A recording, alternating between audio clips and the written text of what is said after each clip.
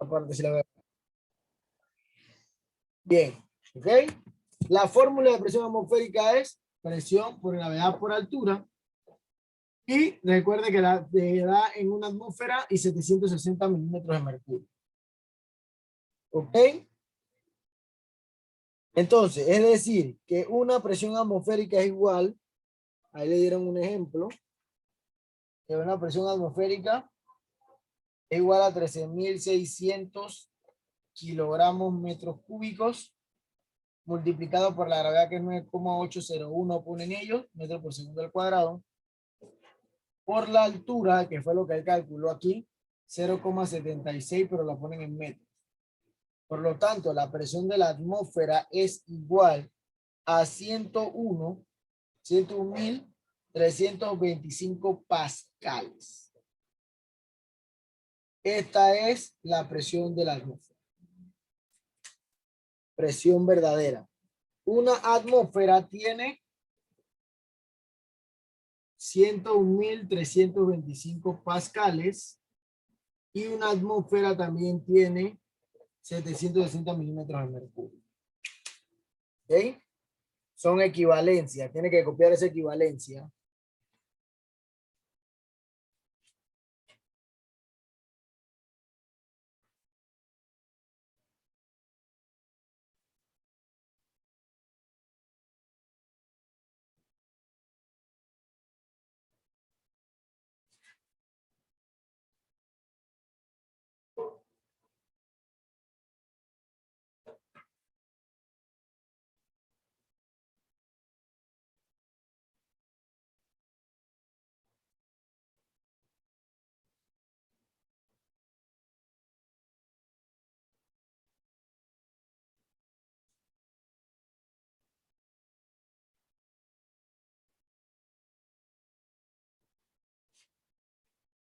Bien, entonces ahora hay otro tipo de presión.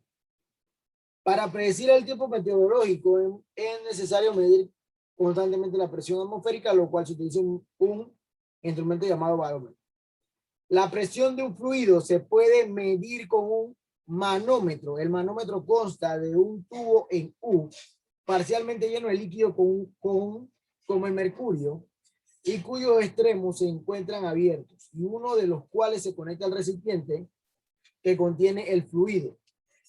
La presión se mide a partir de la diferencia de altura de los niveles de líquido en las dos ramas del tubo. Esta presión se conoce como presión manométrica. Uno de los manómetros más conocidos es el que mide el aire de las llantas entre los automóviles. Bien, vamos a ver el ejemplo con la presión manométrica. El ejemplo le dice lo siguiente. El ejemplo le dice que usted tiene, dice, la figura que se representa un manómetro construido con un tubo en forma de U que contiene mercurio. Una de sus ramas está conectada por medio de una manguera a un balón herméticamente cerrado que contiene un gas, y la diferencia de altura entre los niveles de mercurio a ambos extremos del tubo es de 20 centímetros. Ellos le hacen el tubo en U.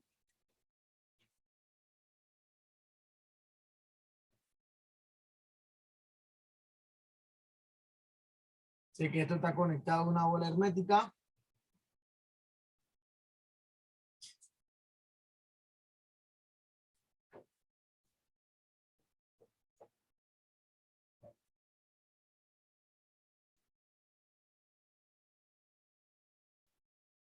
Bien.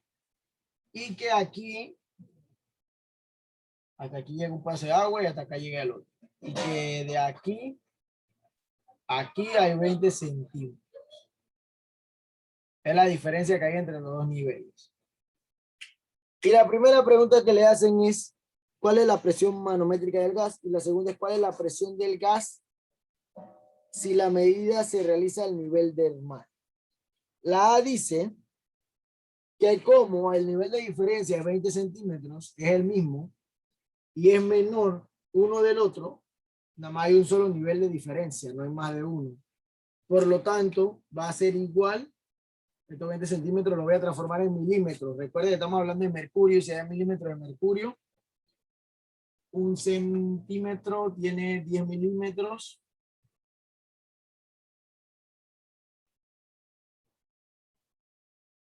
sea que eso me da 200 milímetros. Es decir que la presión manométrica es 200 milímetros para la parte A. Solamente eso porque había un solo nivel. Dice aquí, para explicarse de una manera más correcta, que la rama del tubo que está conectada al gas, esta rama que está aquí, es a 200 milímetros menor que el nivel del mercurio de la rama que está acá. ¿Por qué? Porque la diferencia de aquí a aquí son 20 centímetros, que son 200 milímetros. Por lo tanto, y obviamente, como nada más hay un solo cambio de nivel, se mantiene que su presión manométrica es 200 milímetros. Para la B ya cambia. Como estamos hablando que la presión total del gas es mayor que la presión atmosférica en 200 milímetros de mercurio y es igual a la suma de la presión atmosférica más la presión manométrica, es decir, bien, ¿por qué se le llama que hay que sumar la presión que usted tiene aquí con la presión atmosférica? Recuerde que este tubo que está aquí no está tapado. La única presión que ejerce aquí es la presión de la atmósfera. Por lo tanto, para yo saber la presión total, tengo que sumar la presión que hay dentro del tubo, que son los 200 milímetros, y sumársela a la presión atmosférica, que son 760 milímetros de mercurio. Y de la presión total me va a dar igual a 960 milímetros de mercurio. Siempre que vea el manómetro, siempre hay que sumarle la presión atmosférica. Lo único que va a cambiar es la presión que hay dentro del tubo. Todo lo demás afuera es igual. Recuerde que la presión atmosférica es una constante, por lo tanto ya no cambia. Todo lo que ocurre afuera de ella sigue siendo presión atmosférica, pero dentro del tubo hay otra presión. Bien, eso era la presión atmosférica. Bien, bastante sencillo. Vamos a entrar a la parte teórica, porque va a subrayar. Bien, por un momento. Profe, estoy del celular estudiando. Está bien. Bien, vamos a ver la parte que me salté en antito, que es la parte de la presión en los gases. Bien.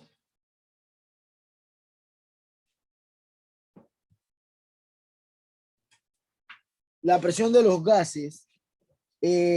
La Tierra está rodeada por una capa de aire de tal manera que las personas y todos los seres que la rodean se pueden considerar como un cuerpo sumergido en un fluido.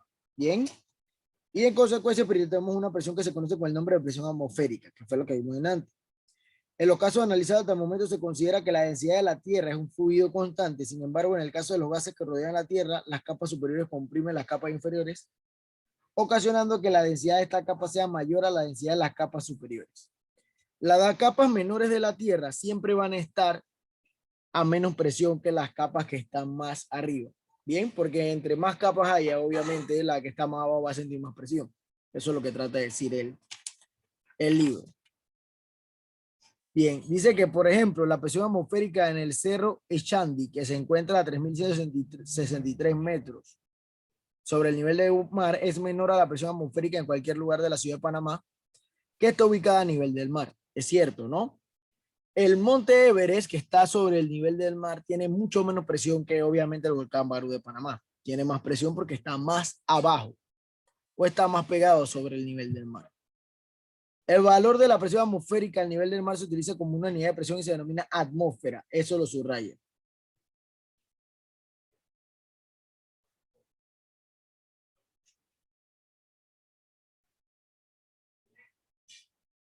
¿Ok? Dice que la presión atmosférica, la presión de la atmósfera, la presión de una atmósfera equivale a aproximadamente una presión de 10 newton centímetros cuadrados. Esto implica que al nivel del mar cada centímetro cuadrado de la superficie de cualquier cuerpo soporta una fuerza de 10 newton. La contextura de los seres humanos se ha desarrollado bajo la acción de la presión atmosférica. Así, si el área de la palma de una mano es 150 centímetros cúbicos, cuando está extendida, soporta una fuerza aproximada de 1500 newton. O sea que su mano puede soportar aproximadamente 1500 newton de fuerza, lo que equivale a cargar un objeto de aproximadamente 150 kilogramos. Bien. Por eso que usted puede cargar cosas, porque su cuerpo está acostumbrado a sentir una presión que le ejerce la atmósfera y por lo tanto usted puede levantar ciertos objetos. ¿Ok? A pesar de este valor, las personas no se sienten comprimidas por la presión atmosférica debido a que los líquidos internos del organismo ejercen una presión interior que equilibra, perdón, la presión exterior. Bien, eso es normal. Todos los líquidos cuando están sintiendo una presión, objetos que están siendo presionados contra el agua o contra el otro líquido, siempre van a ejercer ellos otra presión hacia arriba.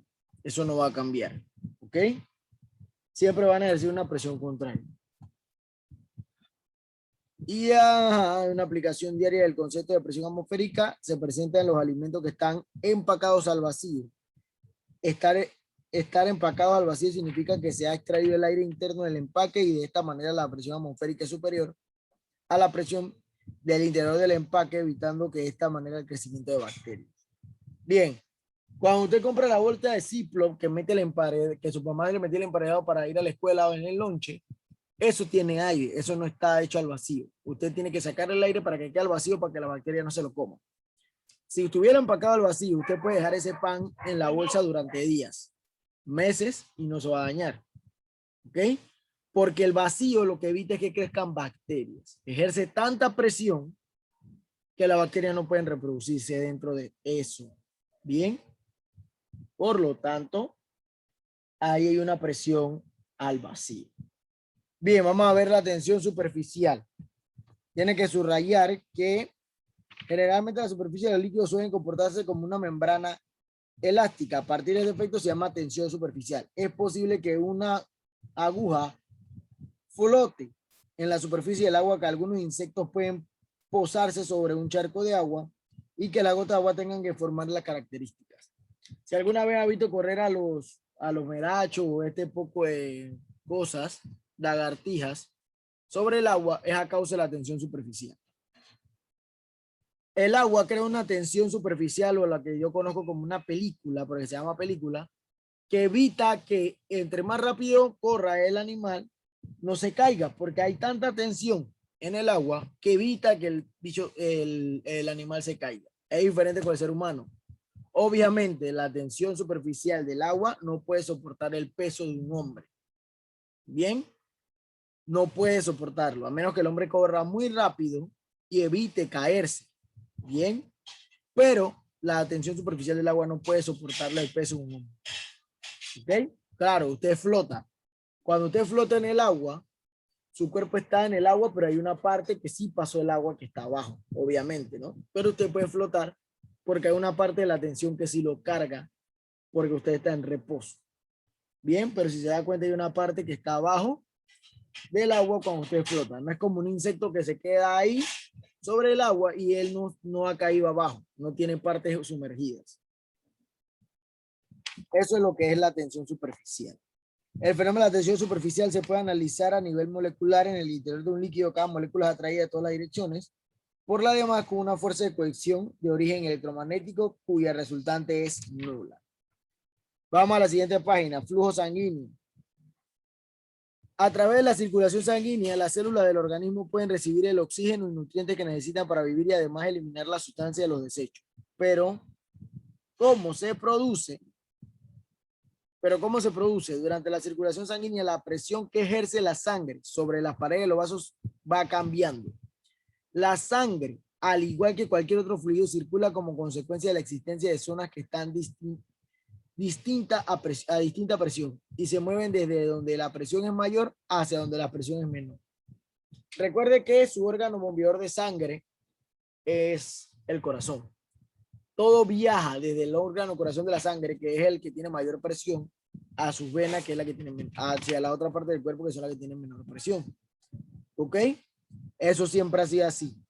Cuando le van a tomar la presión a una persona, que le dice que si la presión está baja o está alta, cuando una persona tiene una presión alta puede sufrir un paro cardíaco o un derrame, porque su fuerza o el flujo sanguíneo está ejerciendo tanta presión que puede hacer que se le explote una vena, porque la vena no tiene la capacidad para aguantar esa presión.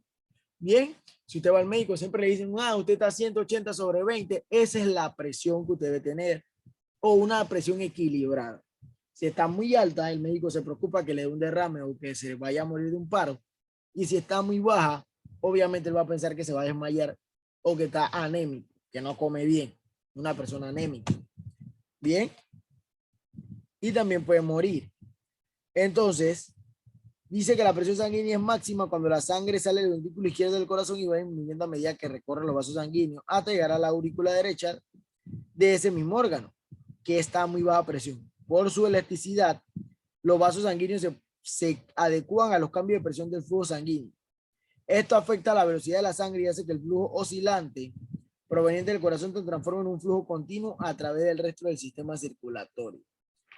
Las venas son elásticas, ellas se adaptan, ¿no? Pero obviamente no se van a adaptar a todo, porque una persona con una presión alta durante 4 o 5 días, en algún momento se le va a explotar una vena. No es lo mismo que a usted se le suba la presión un día y al día siguiente ya se le regule. Bien, por eso que las personas que sufren de la presión tienen que tomar medicamentos y están constantemente yendo al médico, porque jugar con la presión sanguínea es algo que puede acabar en la muerte o en un derrame cerebral. ¿Ok? Dice, esta presión sanguínea está relacionada con la fuerza que ejerce la sangre sobre las paredes internas de los vasos sanguíneos. Habitualmente la presión sanguínea se mide en las arterias y se llama presión arterial. Eso lo subraya. La presión arterial se mide con un manómetro denominado tensiómetro, que esté provisto en un brazalete en el cual se introduce el aire y lo rodea el brazo. Bien, si alguna vez se haya preguntado cómo se llama con el que le toman la presión, se llama tensiómetro. Eso lo subraya. La presión de la sangre es la diferencia entre la presión total del fluido sanguíneo y la presión atmosférica.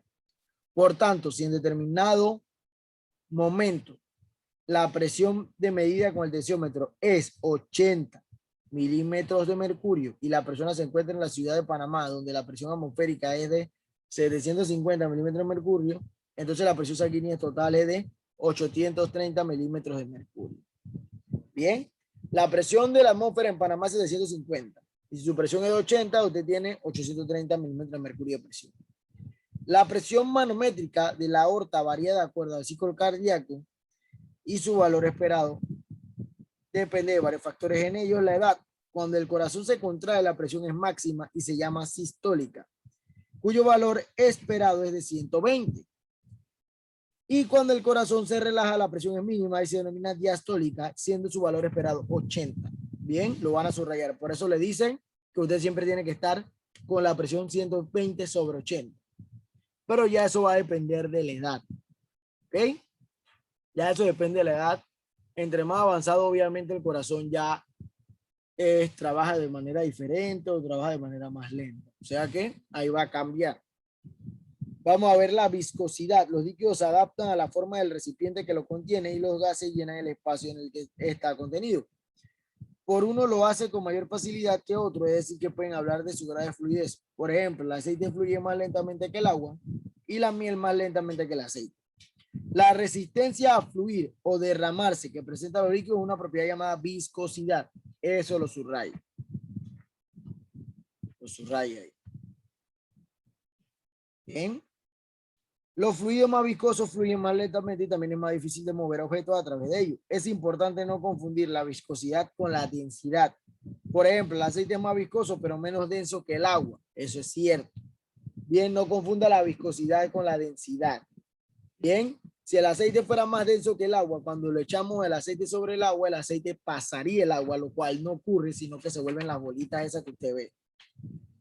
La viscosidad aumenta con la presión. Si se comprime un líquido, la presión hace que se reduzcan los espacios entre sus moléculas y el movimiento de estas se dificulta. Lo mismo ocurre cuando un objeto empuja un líquido al tratar de atravesarlo. El aumento de la temperatura hace que los líquidos fluyan con más facilidad debido a que los líquidos se dilatan a calentarse y sus moléculas se separan.